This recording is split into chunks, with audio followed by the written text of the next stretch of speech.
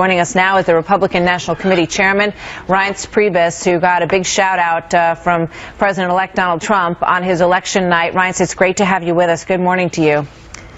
It's a great morning, and I like hearing you say the word Republican so many times. That sounds good. I'm sure you did. You weren't sure whether or not that was going to happen, that's for sure. You know, you look back on 48 hours ago or so, I've lost track of the hours at this point, and you think about the fact that the discussion was, you know, how will this Civil War divided Republican Party ever put itself back together? Will they ever be able to construct a win? Will they ever be able to go forward?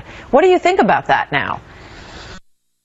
Well, and now the question is, what kind of a disaster does the Democrats and the DNC have to contend with? But, you know, it starts at the top, and it starts with President-elect Trump and him as a candidate and what he did across this country. It's never been seen before.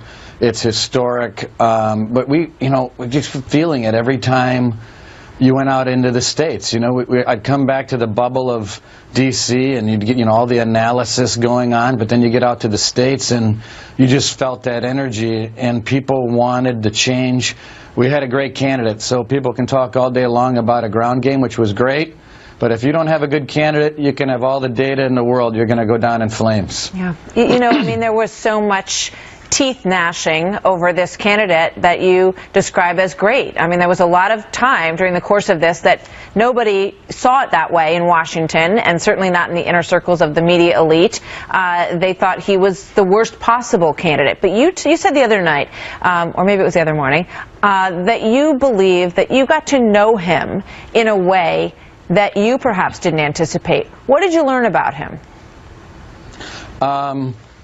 I learned that the person I knew on a regular basis, you know, just mundane times, eating pizza, talking about sports, and I'll tell you, through difficult times, highly stressful situations, I saw a personable, gracious, and a guy who was very warm. And so that was the guy that we and all of us wanted the whole world to see, and people saw it over time. And I think that the most important thing was he was a straight talker and a straight shooter out on the campaign trail. But the guy in private is a guy that is extremely likable, and people, even outside of being private, people looked at him and saw a guy that they wanted to have a beer with too.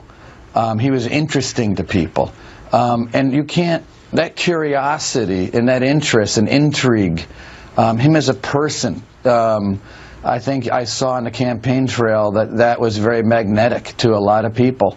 And he didn't run away from his wealth, he didn't run away from who he was. It was genuine, and it made everything happen. You know, what would you say to those who are mourning the loss of their candidate today, and those out in the country who don't see him at all the way that you have described him? What would you tell them as the process of trying to bring the country together starts? Well, I mean, it's just like President-elect Trump said, and President Obama said, and Secretary Clinton said, we've got to come together. The only way we're going to be forward in this country is if we come together. And I can also tell you that President-elect Trump took that speech the other night, and if you want to see what someone did, look, he took out he wrote a speech that wasn't bragging about it. He took out every sort of political rhetoric out of that speech. It wasn't relitigating old arguments. He went before the American people and delivered a speech. You go back and watch it again about coming together, working together, making America great again. We can't make America great again without all of us coming together and remembering that we're all on the same team. Politics is tough, and this election was unbelievable, and it was tough, and it was nasty. But nobody, including me, and I'm pretty certain I can say President-elect Trump, wants to continue acting like we're still in a campaign. We're not. We need to build this country and come together. When you look back at previous campaigns, this one felt very ugly. There's been a lot of ugliness in many of the presidential campaigns that we've covered, especially in those final last 8 weeks or so. The shot that everyone's looking at, but through this fence, is Reagan National Airport, because we're waiting for the Trump plane to land there. Last question for you, Reince. Do you see yourself having a role in a Trump administration? I don't know. This is up to President-elect Trump. He will make all these decisions. I know he will surround himself with great people. He always does. But, we're taking a little bit of a breath, but today's an important day. Shake hands with the President.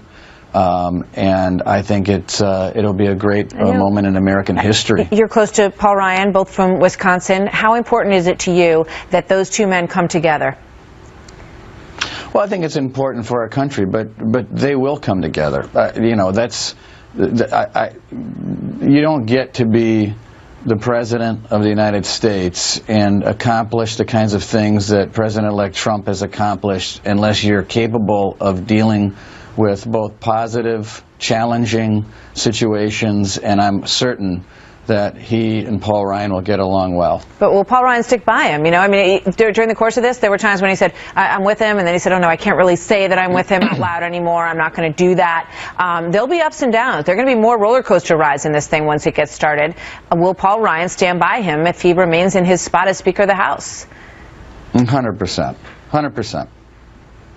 Reince, thank you very much. It's been a fascinating ride covering this campaign and talking to you throughout, and we look forward to the next chapter of all of this for America. Thank you very much. Good to have you with us this morning. You bet, Martha.